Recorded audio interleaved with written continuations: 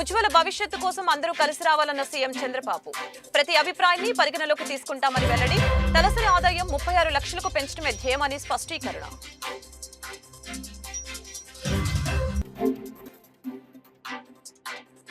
మాజీ CM YS Jagan పై హోంమంత్రి అనిత ధ్వజం. ఆయన్ను తిరుమలకు రాకుండా ఆపే ప్రయత్నం చేయలేదని స్పష్టీకరణ. తిరుమల వెళ్లటం ఇష్టం లేకే పర్యటన రద్దు చేసుకున్నారని వ్యాఖ్య.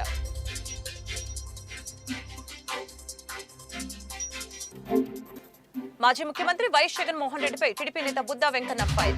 జగన్ జమానాలో అన్ని అవినీతి అక్రమాలే అని విమర్శ. జగన్ ఇప్పటికైనా బుద్ధి తెచ్చుకోవాలని హితవు.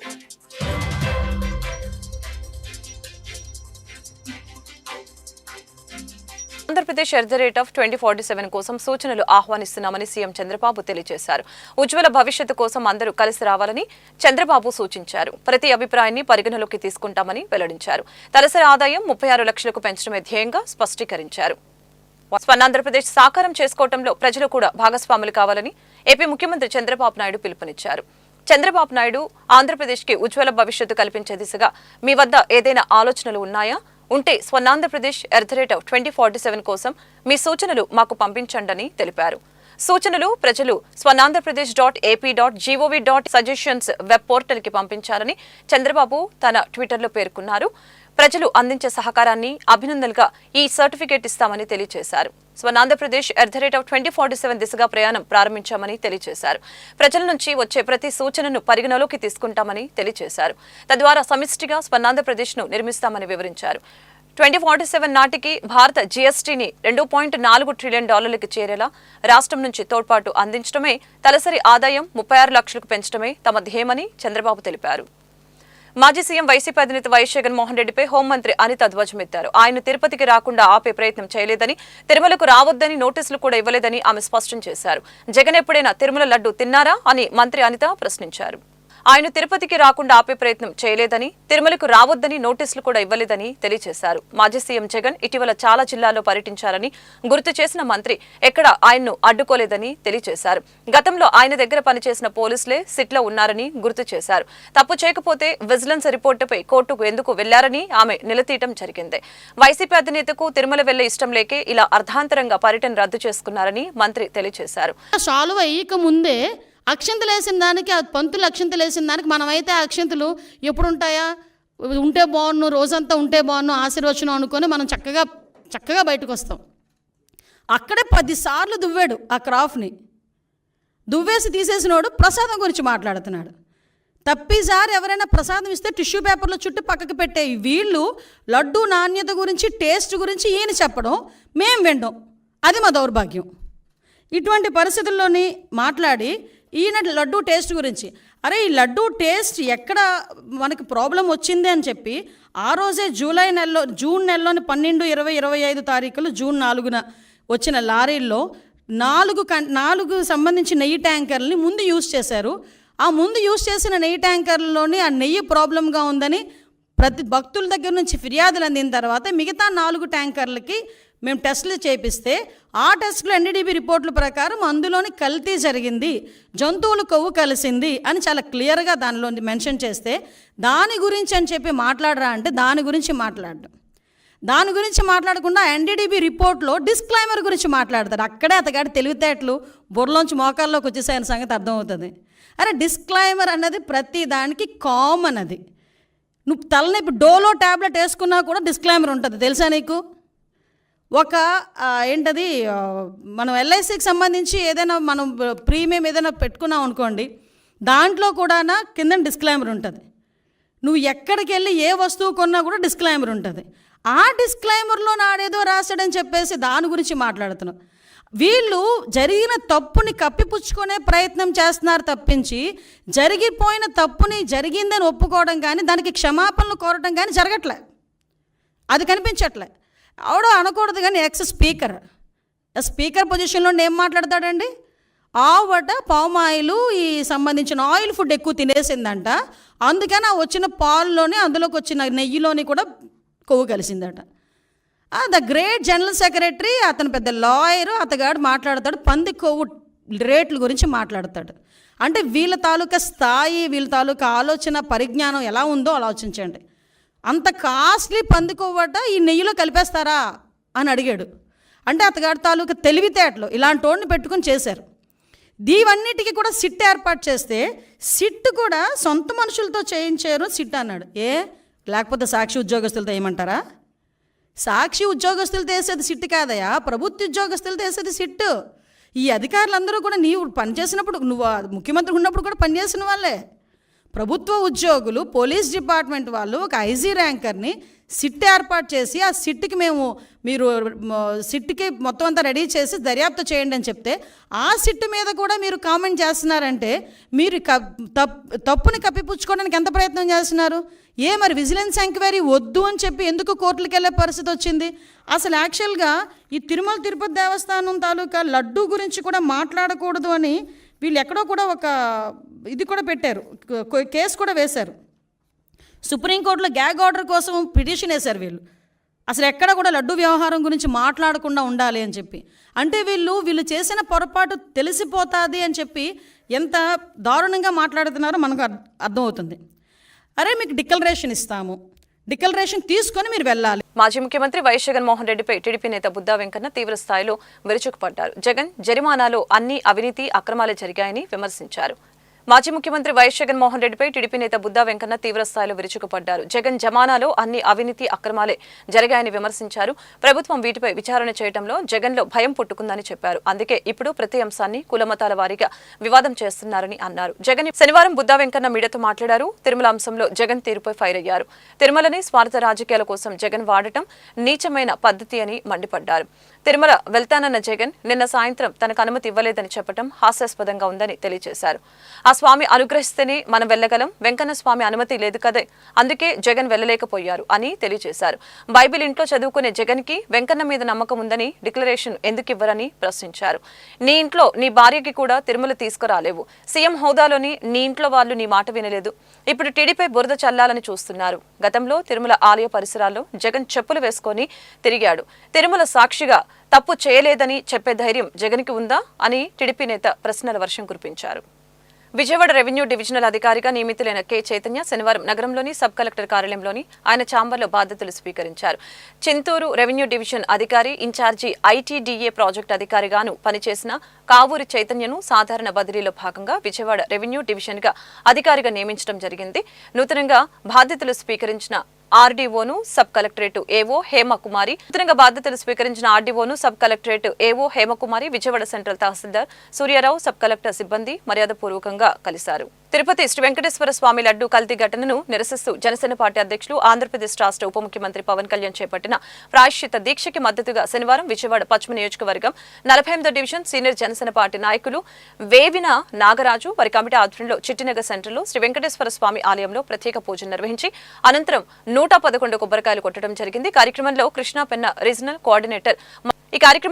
పెన్న రీజనల్ కోఆర్డినేటర్ మల్లెపు విజయలక్ష్మి, జనసేన మహిళా నేత తిరుపతి అనుషులు పాల్గొని ప్రత్యేక పూజల్ని నిర్వహించారు. కొబ్బరికాయలు కొట్టి ఏడుకొండల వెంకటస్వామి క్షమించు స్వామి అని నినాదాలు చేశారు. ఈ సందర్భంగా వారు మాట్లాడారు. టీటీడీ కల్తీ లడ్డు వ్యవహారం చాలా బాధాకరమని చెప్పారు. నమస్కారం. జనసేన పార్టీ అధ్యక్షులు రాష్ట్ర ఉప మంత్రి వర్యులు శ్రీ కొనిదెల పవన్ కళ్యాణ్ గారు తిరుమల తిరుపతి దేవస్థానంలో లడ్డీ కల్తీ జరగడం చాలా బాధాకరంగా భావిస్తూ 11 రోజులు ప్రాయశ్చిత దీక్ష తీసుకోవడం జరిగింది. ఆ దీక్షకి మద్దతుగా ఈరోజు 48వ డివిజన్ సీనియర్ నాయకులు వేవిన నాగరాజు గారు అలాగే వారి కమిటీ సభ్యుల ఆధ్వర్యంలో చిట్టినగర్లో వేంచేస్తున్న వెంకటేశ్వర స్వామి గుడిలో ప్రత్యేక పూజలు నిర్వహించి అలాగే 111 కొబ్బరికాయలు కొట్టి వేడుకొండలవాడ వెంకటరమణ క్షమించు స్వామి క్షమించు అని చెప్పి నినాదాలతో ఈరోజు వేడుకొండల స్వామిని వేడుకోవడం జరిగింది. ఈ కార్యక్రమంలో పెద్ద ఎత్తున జనసేన నాయకులు, జన సైనికులు, వీర మహిళలు పశ్చిమ నియోజకవర్గం నుంచి పాల్గొన్నారు. ప్రతి ఒక్కరు కూడా వేడుకొండల వాడిని కోరుకోవడం జరుగుతుంది. ఇంతటి బాధాకర విషయం చాలా బాధగా ఉంది. స్వామి క్షమించు స్వామి అని చెప్పి కోరుకోవడం జరుగుతుంది.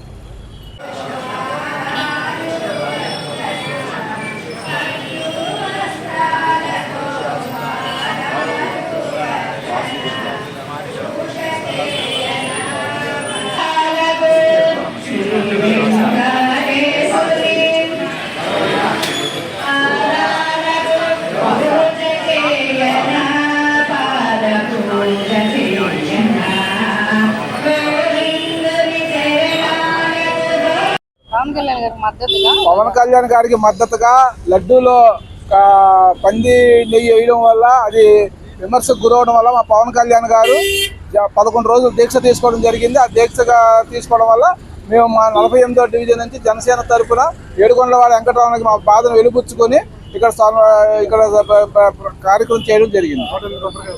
సెప్టెంబర్ 30 తేదీ పర్మనెంట్ కానటువంటి కార్మికుల సమస్యల పరిష్కారం కోసం గుంటూరులో జరిగే ర్యాలీ ధర్నాలు ఉద్యోగులు కార్మికులు అధిక సంఖ్యలో పాల్గొనాలని సిఐటియు పిలుపునిచ్చింది.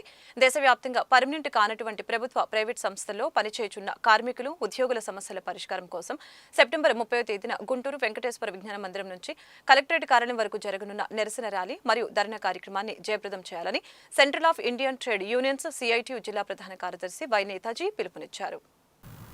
పర్మనెంట్ కానటువంటి కార్మికుల సమస్యల పరిష్కారం కోసం సెప్టెంబర్ 30వ తేదీన ఆల్ ఇండియా డిమాండ్స్ డే జరపాలని సిఐటియు ఆల్ ఇండియా కౌన్సిల్ నిర్ణయం చేయడం జరిగింది. కేంద్ర రాష్ట్ర ప్రభుత్వ సంస్థలు, ప్రభుత్వ రంగ సంస్థలు, అట్లాగే ప్రైవేటు ఫ్యాక్టరీలు, షాపింగ్ మాల్స్, ప్రైవేటు ఆసుపత్రులు, ప్రైవేటు విద్యా సంస్థలు తదితర సంస్థలన్నింటిలోనూ కూడా పర్మనెంట్ కానటువంటి కార్మికులు 190 మంది పైగా పనిచేస్తూ ఉన్నారు. వీళ్ళకి ఏ రకమైనటువంటి హక్కులు సౌకర్యాలు అమలు జరగడం లేదు. Contract, outsourcing, work outsourcing, piece rate తదితర పేర్లతోనే, డైలీ వేజ్ తదితర పేర్లతోనే వీళ్ళంతా కూడా పనిచేయటం అనేటువంటి జరుగుతూ ఉంది. వాస్తవానికి వీళ్ళు చేసేటువంటి పని అంతా కూడా పర్మనెంటు స్వభావం కలిగినటువంటి పని. సుప్రీంకోర్టు తీర్పు ప్రకారం పర్మనెంటు స్వభావం కలిగినటువంటి పనుల్లో పర్మనెంట్ కార్మికులనే నియమించాలి. దానికి భిన్నంగా ఆఖరికి ప్రభుత్వాలు కూడా కాంట్రాక్టు, అవుట్సోర్సింగ్, వర్క్ అవుట్సోర్సింగ్ సిస్టమ్ని ప్రవేశపెట్టి సుప్రీంకోర్టు తీర్పు యొక్క సారాంశాన్ని నీరుగార్చేటువంటి ప్రయత్నం చేస్తూ ఉన్నాయి. అట్లా ప్రైవేటు సంస్థల్లో కూడా పర్మనెంట్ కార్మికులు ఎవరు కనిపించడం లేదు. ఆఖరికి అటెండెన్స్ రిజిస్టర్లో కూడా వాళ్ళ పేర్లు నమోదు చేయకుండా ఎవరికి వాళ్ళు ఏ రోజుకు ఆ రోజు వాళ్ళకి డైలీ వేజ్ పేరు మీద మస్టర్ చేసుకొని వాళ్ళని ఇంటికి పంపిస్తున్నటువంటి పరిస్థితి ఉంది. కొన్ని సందర్భాల్లో వాళ్ళు ప్రమాదానికి గురయ్యి చనిపోతున్నటువంటి సందర్భంలో కూడా వాళ్ళు ఆ సంస్థల్లో పనిచేసినట్టుగా రుజువు లేకుండా పోయినటువంటి పరిస్థితులు కూడా మనం చూస్తూ ఉన్నాం. ఈ నేపథ్యంలో సిఐటియు ఆల్ ఇండియా కౌన్సిల్ ఈ కార్మికులందరికీ కూడా రెగ్యులరైజ్ చేయాలని చెప్పేసి ఈలోగా సుప్రీంకోర్టు తీర్పు ఇచ్చినటువంటి దానికి అనుగుణంగా సమాన పనికి సమాన వేతనం ఇవ్వాలని, అట్లాగే చట్ట ప్రకారం వాళ్ళకి అమలు చేయాల్సినటువంటి ప్రావిడెంట్ ఫండు, ఈఎస్ఐ తదితర సౌకర్యాలు అమలు చేయాలని, అట్లా బోనస్ చట్టం, గ్రాట్యుటీ చట్టం లాంటివి కూడా ఈ పర్మనెంట్ కానటువంటి కార్మికులకి చాలా చోట ఇంప్లిమెంట్ కావడం లేదు. అందుకని ఈ చట్టాలన్నీ కూడా ఇంప్లిమెంట్ చేయాలని చెప్పేసి అనేటువంటి ఉద్దేశంతోనే సెప్టెంబర్ 1వ తారీఖు నుంచి 30వ తారీఖు వరకు దేశవ్యాప్తంగా ప్రచార కార్యక్రమం చేయటం జరుగుతూ ఉంది. దాంట్లో భాగంగా కరపత్రాల పంపిణీ, గ్రూప్ మీటింగులు తదితరవన్నీ కూడా ఈపాటికే నిర్వహించడం జరిగింది. 30వ తారీఖు నాడు గుంటూరు వెంకటేశ్వర విజ్ఞాన మందిరం నుంచి ఉదయం 10 గంటలకి ప్రదర్శన ప్రారంభమవుద్ది. కలెక్టరేట్ దగ్గర ధర్నా నిర్వహించడం జరుగుద్ది. ఈ గుంటూరు జిల్లాలో పర్మనెంట్ కానటువంటి ఉద్యోగులు అట్లాగే కార్మికులు అందరూ కూడా ఈ కార్యక్రమంలో భాగస్వాములయ్యి రానున్న కాలంలో వాళ్ళ సమస్యల పరిష్కారం కోసం జరిగేటువంటి ఉద్యమంలో మమేకం కావాలని చెప్పేసి సిఐటి పిలుపునిస్తా ఉంది. మహాకవి గుర్రం జాషువా భావి తరాలకి ఆదర్శమని ఎమ్మెల్సీ కెఎస్ లక్ష్మణరావు తెలియజేశారు. జాషువా జయంతిని పురస్కరించుకొని నగరంపాలెంలోని జాషువా విగ్రహానికి వామపక్షాలు, ప్రజా సంఘాలతో కలిసి జాషువా విగ్రహానికి లక్ష్మణరావు పూలమాలలు వేసి ఘనంగా నివాళులర్పించారు. పల్నాడు జిల్లాకు జాషువా పెట్టాలని ఈరోజు గుర్రం జాషువా గారి 129వ జయంతి సందర్భంగా గుర్రం జాషువా విజ్ఞాన కేంద్రం ఆయనకి ఘనంగా నివాళులర్పిస్తుంది. నేటి సమాజంలో కూడా కుల వివక్షత, అంటరానితనం, అదేవిధంగా దళితుల మీద దాడులు, మహిళల మీద అత్యాచారాలు జరుగుతూనే ఉన్నాయి. జాషువా గారు తన జీవితాంతం వాటికి వ్యతిరేకంగా ఆయన తన గళాన్ని ఎక్కుపెట్టినటువంటి నేపథ్యం ఉంది. ఇప్పుడున్నటువంటి పరిస్థితుల్లో మత ఉన్మాదాన్ని రెచ్చగొట్టేటువంటి పరిస్థితులు కూడా వస్తూ ఉన్నాయి. ఈ పరిస్థితుల్లో జాషువా సాహిత్యాన్ని విస్తృతంగా ప్రజల్లోకి తీసుకెళ్లాల్సినటువంటి అవసరం ఉంది. విస్తృతంగా ప్రజల్లోకి తీసుకెళ్లడమే ఆయనకి నిజమైనటువంటి నివాళి అని చెప్పేసి తెలియజేస్తున్నాం. నవయుగ కవి చక్రవర్తి మహాకవి గుర్రం జాషువా గారి జయంతి సందర్భంగా ఆయనకి నివాళులు అర్పిస్తూ ఉన్నాం. ముఖ్యంగా గుర్రం జాషువా తన రచనలు అది గబ్బిలంలో కావచ్చు, ఫిర్దౌసీలో కావచ్చు, కుల వివక్షతని దునుమాడాడు ఆయన. అలాగే సమాజంలో ఉండే ఆర్థిక సామాజిక అసమానతల మీద తీవ్రమైన నిరసన గళం ఎత్తాడు. ఈ రోజుకే అవన్నీ కొనసాగుతున్నటువంటి పరిస్థితి. మరి జాషువా గారి జయంతి సందర్భంగా 3 అంశాలు ప్రభుత్వం దృష్టికి తీసుకొస్తా ఉన్నాం. ఒకటి, రాజధాని ప్రాంతంలో గుర్రం జాషువా స్మృత్యార్థం గుర్రం జాషువా కళా కేంద్రం రవీంద్ర భారతి స్థాయిలో నిర్మించాలని మేము డిమాండ్ చేస్తున్నాం. అలాగే జాషువా గారి రచనల్ని పాఠ్యపుస్తకాల్లో ప్రవేశపెట్టాలని చెప్పేసి కోరుతున్నాం. పల్నాడు జిల్లాకి గుర్రం జాషువా పల్నాడు జిల్లా అని పేరు పెట్టాలని కూడా కోరుతూ ఈ 3 అంశాల మీద కూడా ప్రభుత్వం స్పందించాలి, ముందుకు తీసుకెళ్లాలని కోరుతూ జాషువా గారి ఆశయాలు ముందుకు తీసుకెళ్తామని తెలియజేస్తూ ఆయనకి నివాళులు అర్పిస్తాం. అద్భుతమైన రచనల ద్వారా సామాజిక చైతన్యాన్ని తీసుకువచ్చిన మహాకవి గుర్రం జాషువాని గుంటూరు పశ్చిమ ఎమ్మెల్యే గల్లా మాధవి తెలిపారు. జాషువా 129వ జయంతి సందర్భంగా శనివారం నగరంపాలెం ఎస్బీఐ వద్దనున్న జాషువా విగ్రహానికి మాధవి నివాళులర్పించారు. ఇందులో భాగంగా మాధవి మాట్లాడారు. జాషువా రచనలు అందరూ ఆదర్శంగా తీసుకోవాలని తెలిపారు. నగరంపాలెంలో ఉన్న ఆయన విగ్రహానికి ఘన నివాళులు అర్పించడం జరిగింది. నాయకులు, కార్యకర్తలు, అభిమానులు అందరూ కూడా వెల్లువెత్తున వచ్చి ఆయనకి ఘన నివాళుల్ని అర్పించుకోవడం జరిగింది. ఇలాంటి మహనీయుల్ని మనం ఎప్పటికప్పుడు స్మరించుకుంటూ వారి స్ఫూర్తిలో మనం అందరం కూడా పయనించడం ఎంతైనా ముఖ్యం. ఆనాడు మరి ఆయన కవిగా ప్రఖ్యాతిగాంచిన మహోన్నత వ్యక్తి. అప్పటికే భావోద్వేగాల పట్ల కవులు మనకెందరో తెలిసి సుపరిచితము. అయితే సాంఘిక కవిగా ఈయన చాలా ప్రాముఖ్యత పొందిన వ్యక్తి అన్నమాట. అయితే సమాజంలో ఈరోజు కుల మత రహిత సమాజాన్ని ఏర్పాటు చేయాలి అనే ఒక సత్సంకల్పంతో ఆయన భావజాలాన్ని కవిత రూపంలో కానివ్వండి, ఆయన రచనల రూపంలో కానివ్వండి సమాజానికి అందించి జాతి భేదంతో, కుల భేదంతో, మత భేదంతో మనుషులు దూరం అవ్వకూడదు, ఐక్యతగా ఉండాలి, ముందుకు వెళ్ళాలి అనే ఒక దృక్పథత ఆయన ప్రతి రచనలో కూడా కనబరుస్తూ సమాజానికి చాలా హితవు చేస్తూ ప్రజలందరికీ స్ఫూర్తిదాయకులై ఇలాగా నివాళులు అర్పించుకొని ఆయన స్మరించుకుని పూజ్యులై ఈరోజు నిలిచారు. భావితరాలకి మనందరికీ నాయకులకి కూడా ఇలాంటి వారు ఆదర్శప్రాయం. వీరందరినీ కూడా నిరంతరం స్మరించుకోవడం మన బాధ్యత. దీక్షలు అంటూ అంటున్నారు, మీరు వాళ్ళే ఉన్న గుళ్ళలో పూజలు చేస్తున్నారు, ఎలా భావించాలి అంటే చంద్రబాబు నాయుడు తిరుపతి లడ్డు విషయంలో అపవిత్రం చేశాడు, ఆ పాప రక్షణ కోసం అని చెప్పేసి పూజ చేస్తున్నాం అంటున్నారు. ఫస్ట్ నుంచి కూడా వాళ్ళు చేసే పనులు మన మీద వేసి అది బురద జల్లే ప్రయత్నం చేయడం అనేది వారికి ఆనవాయితీగా వస్తున్న ఒక వ్యవహారం. ఈ విషయంలో కూడా ఇప్పుడు తప్పు బయటపడింది. విజిలెన్స్ వారి నుంచి లేదంటే ల్యాబ్ టెస్టుల వారి నుంచి కూడా ఈరోజు మహాపాపం జరిగింది అని చెప్పి నిరూపణ అయ్యింది. ఇప్పుడు దీన్ని డైవర్ట్ చేయాలి ఎట్టి పరిస్థితుల్లో. కాబట్టి వాళ్ళకు ముందుగా వెన్నతో పెట్టిన విద్యగా వస్తున్న ఒక ఏదైతే ప్రవృత్తి ఉందో దాంట్లో భాగంగానే ఈరోజు మళ్ళీ దాన్ని రివర్స్గా మీరే చేశారు అని. అదేవిధంగా మనం చూసాం, ఎన్నో చూసాం. అందులో ఒక ఉదాహరణకి బాబాయిని వాళ్ళే చంపి నారాసుర రక్త చరిత్ర అని మరుసటి రోజులో వేశారు. అంటే చంద్రబాబు నాయుడు గారు చంపినట్టుగా రాశారు. అదేవిధంగా ఈరోజు ఇది లడ్డు విషయంగా కూడా ఇప్పుడు ఇలాగ కల్తీ చేసి ఇంత పాపానికి ఒడిగట్టి మళ్ళీ అదే పాపం చంద్రబాబు నాయుడు గారి మీద తోస్తున్నారు అని అంటే మరి వైఖరి అలాంటిది. అదే చూస్తూ ఉన్నాం మనం ఇప్పుడు రాష్ట్ర